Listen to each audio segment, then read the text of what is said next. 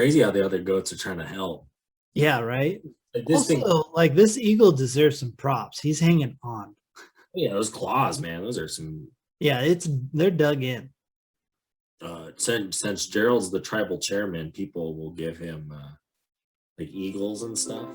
Yeah. We can wander our way over, because this is Wandering Ways. What's Bigfoot possibility?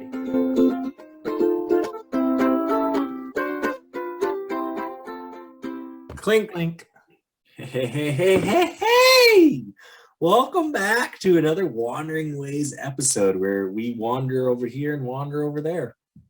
Yeah, another exciting week. How are you doing, my man? It's just like great. I had the most incredible sunset tonight. And if you don't believe me, ask Jared, ask our pal everyday backpacker Calman. It was just glorious that even those two guys posted on their social medias about it. It was fantastic. It's real when more than one person posts about it on social media. Because if it's not posted on social media, did it really happen? No, not once, not twice, but not thrice. Yeah. So that's how you know if it's posted multiple times. No, I saw the pictures. It was a doozy of a sunset. I'm not gonna lie. I love a good sunset. It was one of those ones where, one, if you take a photo of it, you're not doing the justice of the sunset because like it was just that big. And the way it spanned to the mountains and the blue sky behind it. But it was one of those ones, like if you saw a painting of it, you'd be like, no, never. The skies don't look like that. But no, it's real. Yeah. It's called Montana. Yeah, you guys get good ones. I mean, I grew up with the ocean sunsets, man. Beautiful. That's a different sunset. But it is equally as beautiful as any other sunset. Depending on your likes, you would say it's better. Yeah. Could be, I don't know, maybe there's the desert sunsets. Those are nice. Everyone's got their own cup of tea when it comes to sunsets. Yeah, no, those desert ones are beautiful, especially when you get that like purple that the red rock kind of makes, and then the reds, and just that is a special one. That one sunrise, not to get too far off topic, but that one sunrise we saw in Phoenix when we got delayed on our trip to Hawaii. That was a nice sunrise. That was beautiful. That was actually, I do remember that. Yeah. No, I like that one. I was talking to someone. We were talking about annoying people, and we brought up the people that clap when the plane lands. And I told someone, I was like, I've been on a plane where people clap on the takeoff because we were just so happy to leave Phoenix, because it was all of us in the same plane at the beginning of this when we pulled out, and then it didn't start. So then they pulled in and we got out, then got in, then got out, and then waited a whole nother day. And then when it finally got off the ground, that's when people were like, yeah. Right. I totally forgot about the clapping, but yeah, that is something that happened. And I was clapping. I know you were clapping. Oh shit, dude. That moment when finally they had to bring in another plane, but shit. Well, and especially the people on that plane, right? It's vacation for a lot of people, but it's also some Hawaiian folk, it's like, we're coming home. Like, we want to come home. We were just on a vacation. Like, we're done. Yeah. Like, yeah. No, I totally get it. I that was a fun one. Grand Canyon sunset, we experienced that. That was cold. Yeah, that was a cold sunset. I mean, it snowed that night. Yeah. And then the other one I really liked was the Badlands sunset on the same trip. That was a good sunset. Yeah. We had a lot of good sunsets that trip. Mm-hmm. Because, I mean, we saw a lot, with this Grand Canyons to up in the Rockies to yeah. the plains out there in the middle of nowhere, South Dakota and Wyoming. So Beautiful. I need to experience them all. I mean, it's something that people, I mean, I don't like it. It was weird when I was driving home tonight. I was looking and like, it's like people don't really like, I know people were probably in their cars like, wow, that's pretty. But like in reality, we don't stop and look around as much as we should, especially those in cities, right? You've got the concrete jungle of New York, for example, right? Like you might not see those beautiful skies if you're in an area that isn't as, open sky. But out you're here, right. You're right. It is very, very rare, for, well, I don't know. Everybody stops in my hometown to see the elk, even though the elk are everywhere. So, I mean, people stop. It's well, only if they see critters. No, I don't know many people that are stopping for the sunsets. right, and almost like they like I don't know. I like looking at them, and I don't like taking them for granted.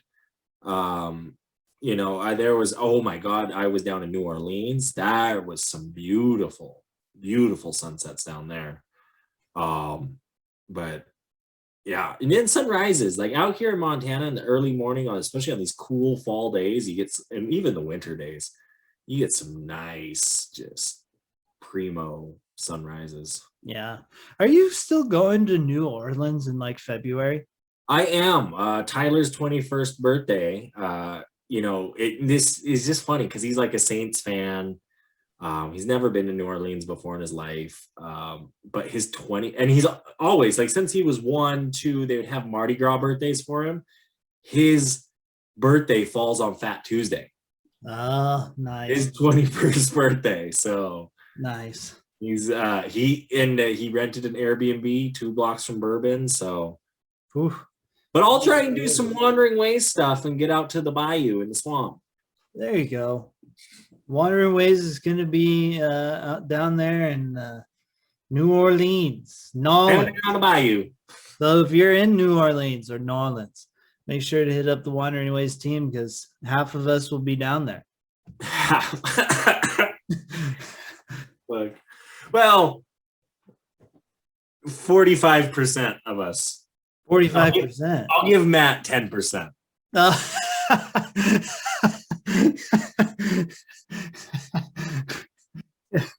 Yeah.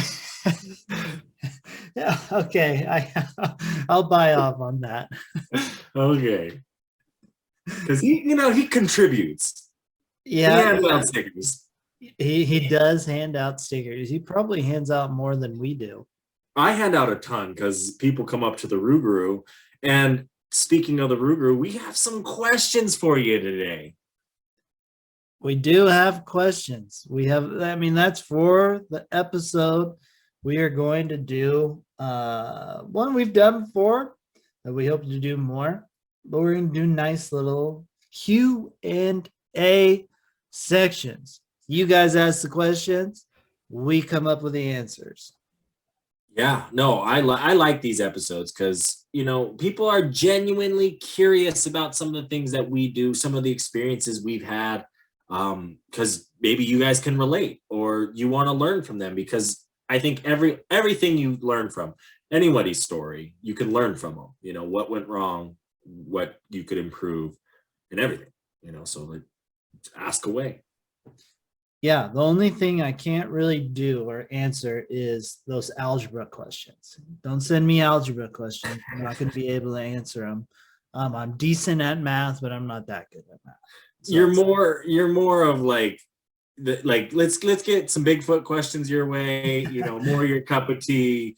Heck, let's throw some exercise questions in there. How many jumping jacks? Some Bigfoot socks today. Oh, what? Bigfoot, yeah, they were like Bigfoot. I think they were Bigfoot holiday socks, actually. Oh, there you go. Yeah. So he's out there.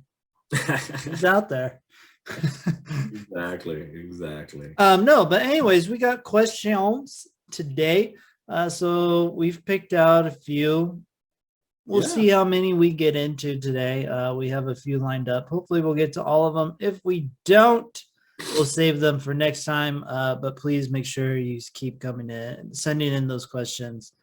I believe we're going to open up one from the Instagram. from your Instagram there. Go ahead and shoot it away there, Zach. Yeah, no, I want to give a shout out to the Jeep crew, the Jeep Renegaders out there who on Instagram follow and listen to the podcast here, because this question comes from Bandit, the Renegade up there in Alaska. And he goes, what is the furthest you've traveled away from home? Well, for me personally, it's the Kingdom of Hawaii. Specifically, I would like to say the southernmost point in the US. That was a great experience to have, to be on some native land, and kind of have a reverence and respect for it while we were there. Again, I had this conversation with Jared because I got the question. I was sitting next to him at lunch today, and I told him about it. And I said, I still get those feelings when we were down there, those eerie feelings of like, we came down here, we took a little dirt road, took some pictures, and the native fishermen were just sitting there fishing, and like they probably have for thousands and thousands of years, because the Kingdom of Hawaii has been there for thousands and thousands of years. And I feel like, it was kind of like almost disrespectful. I'm glad I went there, don't get me wrong, but I feel like we need to give back to the native people there, because that to them, that's their homeland. They're fishing, that's their way of life. So how can we help support that? And that's my takeaway from my furthest travel from home. Yeah, I mean that's a decent distance away from home, especially when your home is Montana. That adds a little bit to it. For me, farthest I've been is Europe. I have been to Europe twice, actually. Once when I was like in middle school, I did one of those like school trips. They go and you do the tour bus whole deal. And then I did it again with some friends not too long ago. I was trying to figure out how many. I think it was like 3 years ago now. Can't believe it's been 3 years, and that was a blast. That one was a lot more fun than the historical tours, all that, which was fun. Don't get me wrong. And I was young. I loved it. This one, when you're in your mid-20s and you're going to all the fun stuff. Got to see Vince. So, but yeah, mine's Europe. I think if I had to be specific, the first time I went, we did like more Eastern Europe. We were like Czech Republic, Austria. We were in Eastern Germany, went to Berlin, Munich. I'm trying to think of all the countries. I'd have to look at a map and point them out. But we were in Hungary. I think Hungary might be it, because we went to Budapest. Budapest was actually really cool from what I remember. Well, we need to basically repeat that trip, because I want to go to those places too. So yeah, Vienna was really cool in Austria. They have this huge garden. I remember that pretty vividly. Walking through the garden was cool. If I were to go to Europe again, I would. I don't know where I'd go. maybe Scotland, more northern Europe, Scotland, Norway, Sweden. I know those aren't the most, but those would be a lot of fun. Iceland is obviously on the list. England would be cool. So I want to do them all. Specifically, I want to go down to like Italy and Greece, that area too. That would be a lot of fun to go down there too. That's fun, yeah. That would be a lot of fun. But yeah, Europe is the farthest I've been away from home. Well, cool. I'm kind of upset I didn't go with you on that trip. It didn't work out for me that year. I wish I would have.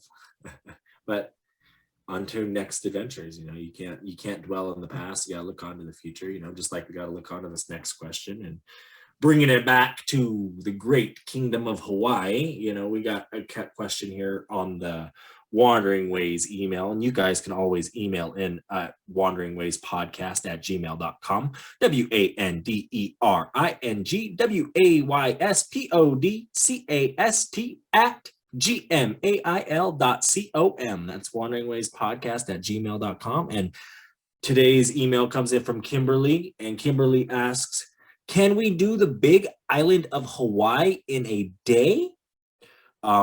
We'd be flying from Honolulu to Hilo, rent a car, drive to the 4 national park sites in December. My short answer is no. Yeah, that's yeah, you can't. The Big Island is bigger than you think. Yeah, like I want to say when we flew into Kona, getting down to Hawaii volcanoes, that was Those about couple hours. yeah, like, but was it 100 miles or was it 100 miles to Hilo that way? But No, I still, think it was like 100 miles to the tip there to yeah, Hawaii volcanoes. and that's a lot. That's a lot, especially when you're going 55, 35 in some areas, because there's a lot. Like the thing about Hawaii and the houses in Hawaii is wherever there's roads, there's a lot of land, there's land people own, except really for the Big Island. I feel like when you're going across from Hilo to Kona, there's a little more probably state owned land or federal owned land. But you're not going fast. The roads are windy. You're on an island. Yeah, It's a really cool island, and you're doing yourself a disservice by not spending more time there. Because I even think looking at what we did in Hawaii, it was good for what we wanted to do at that time. But if I were to go back to the Big Island, I think I would dedicate a full trip to the Big Island. I think so too. I agree. I would devote a lot more time to the Big Island.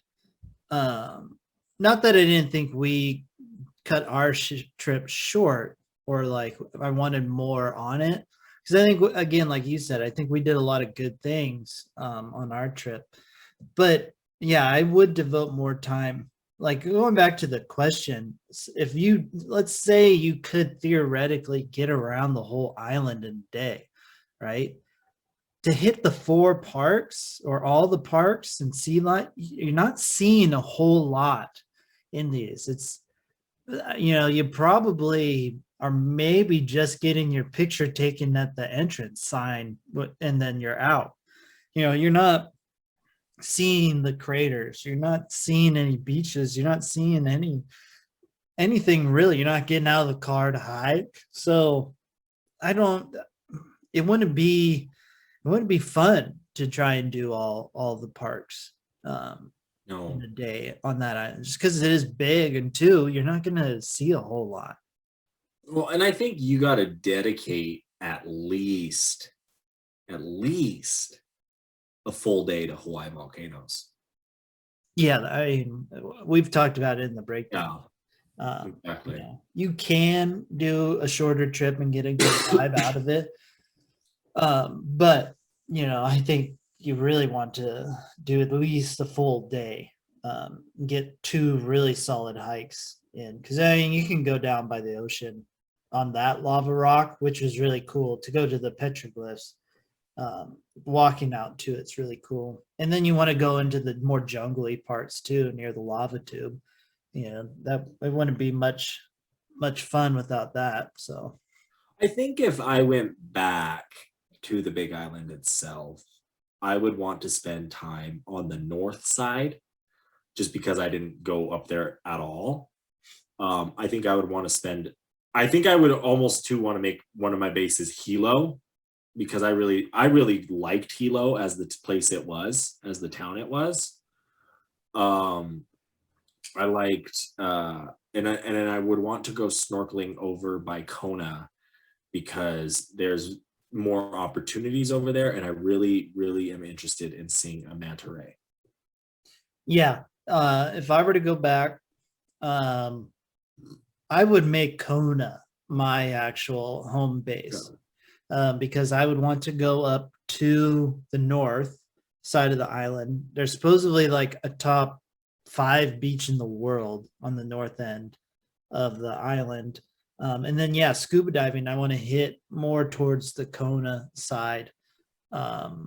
And then all the coffee plantations, I would want to check out as many of those as I can. I want to get my caffeine fix for a year in my trip. So I don't blame you. The thing I really liked about Hilo was that it felt like a foreign city to me in a way, Oh yeah. but it wasn't quite a city. It was more of like a large township. Hilo is really cool. I like that town a lot. Speaking of Hawaii, I still got some chocolate. I ate all mine because it melted because it was 115 degrees in Oregon when I got off the plane. Yeah, I mean this is the 90% dark chocolate. This is that stuff where really only a bite. You know, you can only like just a little itty bitty bite, and you're like good for the like week. As you're opening it up to take a bite, Just a little bit. See, literally just a little bit, oh man, and that will probably honestly be it for the week. Right. So I got another question from the Wandering Ways email, and it is from Denise. And she says, what national parks are a must see in Washington State? I can't do all of them. I have 3.5 days. Please tell me the reason you've picked them. Thank you in advance. If I'm being completely honest, you only get to pick one park. I would pick Olympic. And the main reason I would, not just because it is such a cool park, but because you can get so many different experiences in one park. If you wanted to get up into the mountains, now it's not going to be the Cascades of a Rainier or North Cascades, but you're in mountains with going to Hurricane Ridge. You're going to get the real thick kind of forest with the Hoh rainforest. And then you can go out and hit the coastline.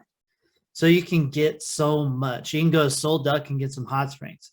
So there's really just so much that you can see that's all in one park. So that's why I would recommend Olympic out of those parks, where you have North Cascades and Mount Rainier. Amazing. If you're going to go backcountry, I'd maybe go North Cascades because you're in the mountains. But again, those are both mountain parks, whereas this one's like kind of everything in the reality of it. Yeah, and the only reason I would say go to it, like, I would say North Cascades is the one and one only you could do by itself, with that amount of time. And I would say if you're going backcountry, that would be worth it to do that time. I agree with the Olympic if for the variety of things in Washington, kind of must see, check it out. You get a lot. If you do have time and you're like, oh, I only want to spend 2 days there, but I want to hit like a Rainier, I think that is possible. I think you dedicate the 1 day to a Rainier, because I think the magnificence of Rainier is if you're doing kind of just like you're not doing the hiking aspect of it, you can get that in 1 day there, kind of like Matt Buddy did, and when we talk on the trio episode. Yeah, no, I think you're right. You really could. You could maybe do like 2 days of Cascade and then 1 of Rainier, if you really cut it short on time. That way you get a little bit more stuff. But yeah, maybe I'm a little biased towards Olympic or something, but I like Olympic too. I I'm do not. too. I mean, and if that's like you're only picking one, I think that's the one. Because if you're coming, my assumption is people are flying into Seattle for this, Yeah. or making Seattle the head base, and you could ferry over, and the ferry ride is an experience all on its own. That is true. The ferry is an experience. It is an experience. For me, I got some questions sent in. This one comes from, this kind of goes along making trips. So this one comes from Liam. He says he's working on a week-long trip in July, and he just does not know where to go. He listed a bunch of different places. He's got, do I go check out all the parks in Washington? Do I spend my time in the Tetons? Do I go to like Colorado? Do I go to Glacier National Park? Do I go to Acadia, or do I do the Utah 5? And all great options. I mean, Yeah, they are. we've done quite a few of them ourselves. I'm my thing is when I am planning these trips, I like to look at things like, where haven't I been before? What kind of experiences am I trying to get? What time of year it is? All that. Because like I've really wanted to go down to the Southwest so that I can do the slot canyons, Antelope Canyon, and stuff like that. But they're run through the Navajo. And the Navajo had really bad COVID experience, and so a lot of their stuff has been closed. And that's part of our like, I want to do that. So it's like I might push that off uh, a year or two and then prioritize something. Um, all great places you can spend a weekend too. A whole week. Liam's got a whole week here in July, which I think that adds an interesting, because if you're going to be south more, it's going to be hot as hell. You're going to get, Utah's going to be hot. You could do the Utah 5 and have a very, very enjoyable trip in a whole week, seeing all of them. I think we break down that cluster in one of our episodes. So Liam, check out that cluster. The Washington parks, we just talked about doing it in 3 days. You can do, if you really stretched out for a whole week, you could see quite a bit of Washington. Even if you didn't want to hit just the national parks, you could check out a Mount Adams or Mount St. Helens in that area too. So like, that's not a horrible option to go either. To be fair, Glacier's on there. I would love to spend a whole week in Glacier. My question to you, and this is just because I know how much you love Glacier and how easy it is for us to get up there. My question for you is, are you wanting to do Glacier in if you did a week trip like that, are you doing it like, we're hiking the east side today, the west side tomorrow, this, that, or are you wanting to do like one of those ones where you're in the back country for those 7 days, doing like a long one up there? Oh, that's a good question. A week long kind of trip going to Glacier, all backcountry, would be kind of a lot, I think, for backcountry. That means you're spending 4 nights out. That means you have to carry 4 nights worth of food. So I think that is a lot.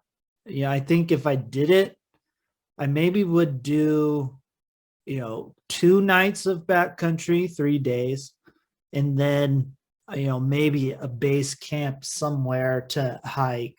The hike more of like the Highline Trail to check out the Logan's Pass, to check out the more touristy stuff, type deal. Yeah. But also, it wouldn't be a bad idea to have 2 different campsites for the week, one on the east side and one on the west side, and you do half your week there on, like, say, the west side. You do bunch of hikes, check out everything there, then hop over the east side and do as many hikes as you can there, either. And I think when we look at like the Tetons, right, kind of the same thing, right? If you're doing the hikes, you can spend a good chunk of time in the Tetons doing some backcountry, as well as Yellowstone. I think you can do both in that area, in that timeline. And if you're, both, I would give both a week. I think they're both deserving of that. You could spend a week in each park, I think, in both Teton and Yellowstone, but most people like to clump them together because might as well. Yeah, no, totally. There is a lot of cool shit in all of those parks to check out. know what that means? Time for another commercial break where we get to tell you to like, subscribe, and review our podcast. Whether you're getting that podcast on Spotify, iTunes, YouTube, WhatsApp, whatever podcast app you use, you can make it happen. And don't forget, this is also the time to let you guys know that you can pick up that Wandering Ways swag at the Teespring. Make sure to check it out. The link is in the bio down below or in the episode description. It's even in the show description too if you can't find it in the episode. But you can go on there. You can get your sweatshirts. You can get your shirts. You can get long sleeves, short sleeves. You can even get some socks. It looks pretty cool. Highly recommend. You will be impressing everybody at your next bonfire with some Wandering Ways swag. You know, and if that's not enough, we're going to tell you to follow us individually on our social medias. You could check me out at the Rugru or Zach of Wandering Ways. You know, check out the adventure firsthand where there might not be any ads. Exactly. And who doesn't like some good free pub? I need the followers to go up. So I'm going to throw out Reverend Marcus. Check me out on the Twitter, on the Instagram. I do some cool stuff. So please give me the follow. All right. We also do not cool stuff. Yeah. But anyways, let's keep wandering on. And speaking of cool shit, it's time for some cool shit in nature. Woo, woo, woo, woo. This week, I'm not gonna lie, is actually pretty cool. Yeah, you were telling me before the show you were rewatching it because it was that cool. Yeah, well, it's one of those things you're watching it and you're like, this is kind of crazy. So, for anybody that's just listening today, what it is it's a mountain goat that's going to try and get rid of this eagle that has clawed on its back, and it has quite the interesting strategy. It basically is just falling down. It's crazy how the other goats are trying to help. Yeah, right? This this eagle deserves some props. He's hanging on. Yeah, those claws, man. Those are some. Yeah, they're dug in. Since Gerald's the tribal chairman, people will give him like eagles and stuff. Yeah. So like there was a roadkill eagle, and we have one in the freezer because he, as a chairman, he has like rights to like own and possess these things. Oh. Yeah. And so we have a bald eagle in the freezer, but yeah, those claws. I bet. They're nuts. And it's crazy all the way down the bottom. This thing probably falls 200, 300 feet. Oh, I know. He's just like literally tumbling down. And the thing that holds on the entire time? Yeah. All the way until the end. And then it's kind of a crazy little video. I'm not going to lie. Golden eagles are impressive birds, though. We get them out here in Montana. And I think I've told the story of the out hunting in 2020. When we saw a bald eagle and gold eagle land on a fence together. And yeah. I mean, the one thing that shouldn't go unnoted here is that is a huge eagle. It's as big as the goats. Yeah, I know. It's crazy that eagle thought it could kind of take on the goat like that, you know? Oh, I agree. It's, and that's, I want to get you and Matt out to where I go hunting. Because it's some very remote land. Yeah. And just the wildlife in general that you see is phenomenal. The eagles, the hawks, the owls, the rabbits, the gophers, the deer, the elk, right? And it's just like that, man. Just like coming across an eagle, like soaring, hanging out, being a big bird. This is cool. No, I mean, eagles are super cool. I've been fortunate enough to see a lot of bald eagles, especially up in Alaska. There's a lot of bald eagles up in Alaska. It's always funny when the tide would go out in Alaska. It gets really, really shallow. And so you'll see a dead fish or something and a ton of seagulls, just a ton of them. And then a bald eagle comes and like the seagulls just all out of there like nobody's business. And so you'll just see like 30 of these seagulls just out of there like crazy. Oh, it's nuts. It's there. We've seen one like attack a hawk because it's just like, no, get out of my area. This is Yeah. my patch of grass. It's crazy.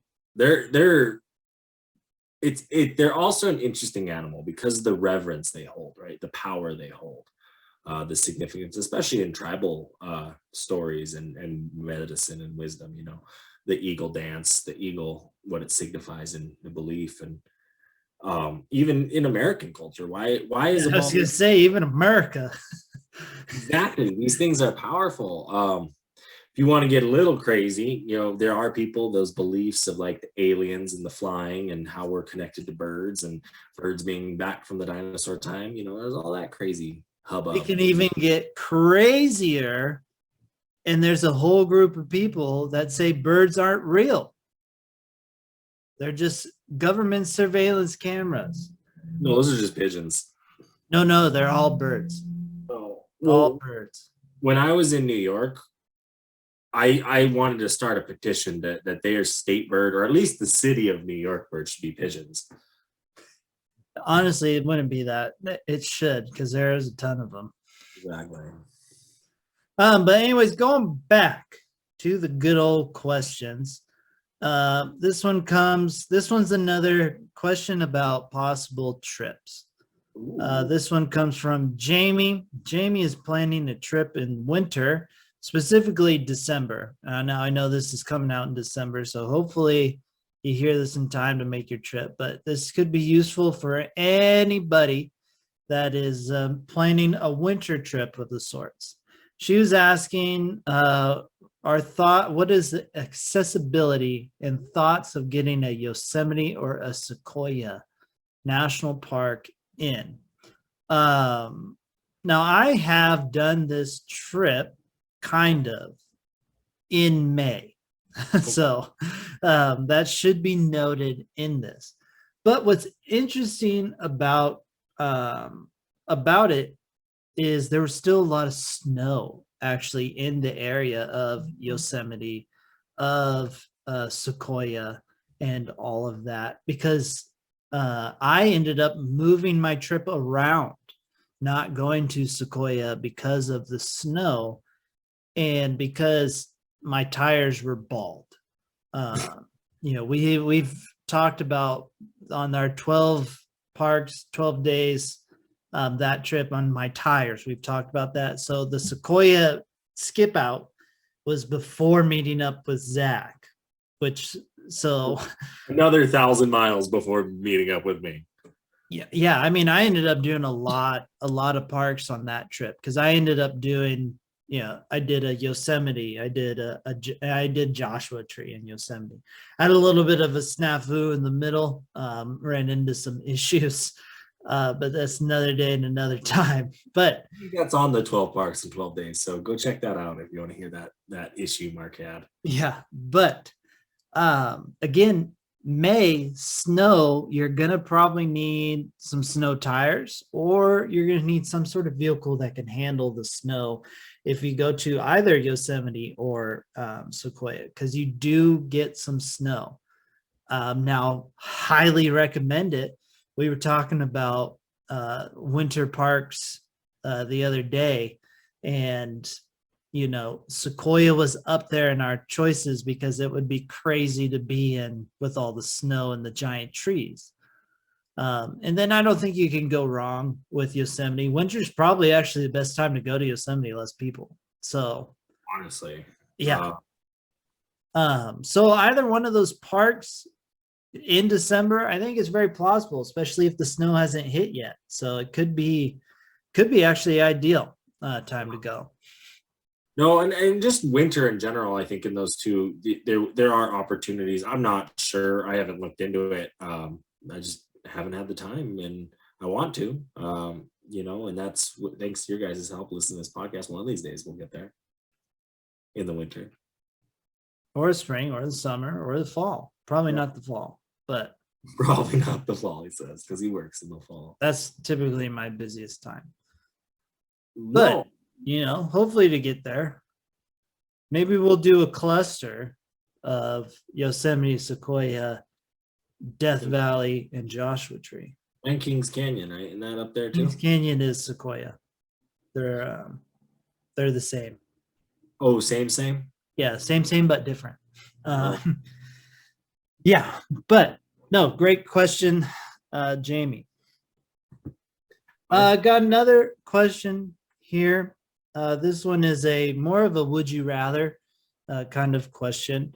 This one comes from Ben. Ben asks, you got to pick, which one would you rather go to? Banff National Park up in Canada, or would you rather go to North Cascades National Park in the state of Washington? And this one irks me because I want to go to both real bad. Right now, if it was today, I'm going to say North Cascades because traveling abroad to Canada is iffy, especially with COVID. So there could be some issues there. But Banff is beautiful, and I'm here in Montana, so it's not too far of a trip to go. I either or, really. It's no fun. It's flip a coin. Either or, I'm okay. I mean, I feel like both parks I would do the same thing in. I would want to do a backcountry in the North Cascades, and I would want to do backcountry, I think, up in Banff. Because I feel like when you go to Banff, it's the same sites that, like, if you're just visiting, it's the same views of those lakes. So to really get on some trails, and I feel like both would have, they're both similar in the aspect that you're going to get those alpine lakes. And it's really, do you want to go to Canada or do you want to go to Washington? Yeah, I think that's actually a fair breakdown of it.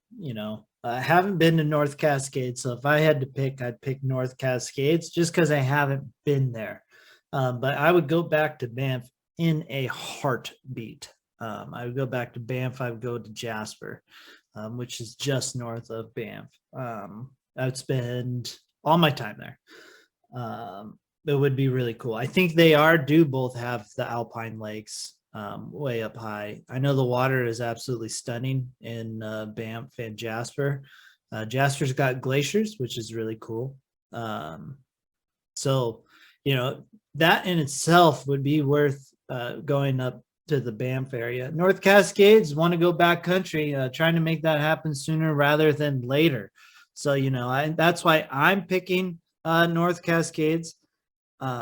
So, Ben, I'm going to say North Cascades. So that's just kind of how I'm going to pick it. But I'm going to be real with you, just based on conversation with you. That looks like kind of one of our front runners for the 2021 activity is like a North Cascades. Whoa. Spoiler alert. Gosh, this guy, spoiler. Well, nothing is, nothing's set in stone. So it's not like it's a true spoiler, but I said it was a front runner for play close to the hands here. we gotta put in for it. That's the thing, right? Is we gotta put the backcountry permit, and if we don't get it, I think there's a few other places we're going to try. Like, I threw out the Wave as an option because that's one I've always wanted to go to down there in Arizona.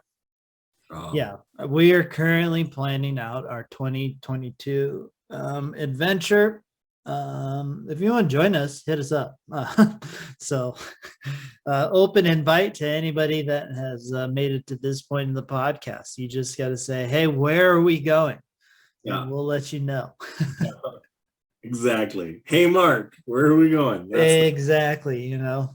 So anyways, we have one more kind of question here. It's a simple one. It's this one we got because we have spent a lot of time in Glacier. So this one makes sense why we got this one. This one isn't a stretch of places we haven't been. This one is Glacier specific.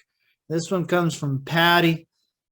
Patty is asking, is the Going to Sun Road going to be open in June? Maybe. Right? Um, What when part it, of June? yeah, early June, probably not. Yeah, what part of June? They try and have it open by Memorial Day. They try. Yeah. Last year was successful because there wasn't a lot of snow. Who knows? Yeah, no, it's dead on. Who knows? Keep an eye on the weather. Keep an eye on the like road closures in Glacier National Park. Yeah, it's going to be one of those where you don't know until you know. So, Because I think some years it's opened up on like July 4th. yeah, I think so too. I know that they opened it late in 2020, but that was such a weird year that there was just a lot going on. So, But they'll even have construction on it at some points too. That'll close it during yeah. season.